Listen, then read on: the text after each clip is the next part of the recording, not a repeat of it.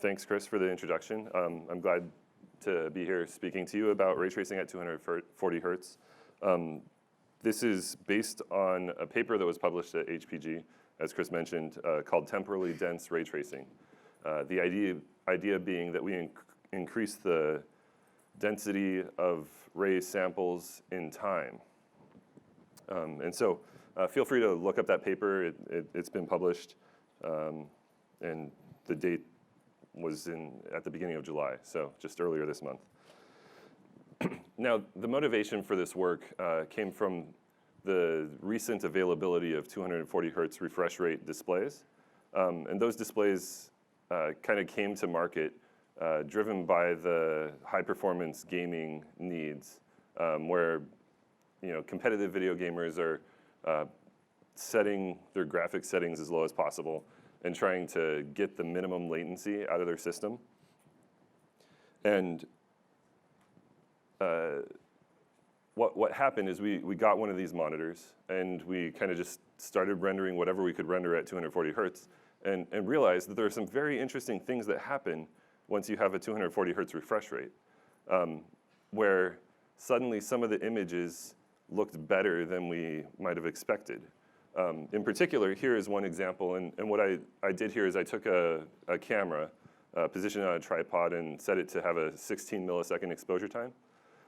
And this image that you're looking at is a 4x MSA sample pattern that's repeating for a single quad. And that quad's oriented so that you would see some jagged aliasing, as you see on the left there, at 60 hertz. But as the frame rate of the display increases, the aliasing goes down. And so you can see the anti-aliasing happen. And this is a very curious effect that only appears when you're actually looking at the display at 240 hertz. Now, this projector is not 240 hertz. My laptop's not 240 hertz. So unfortunately, I'm not going to be able to show you exactly how these things look when you look at them.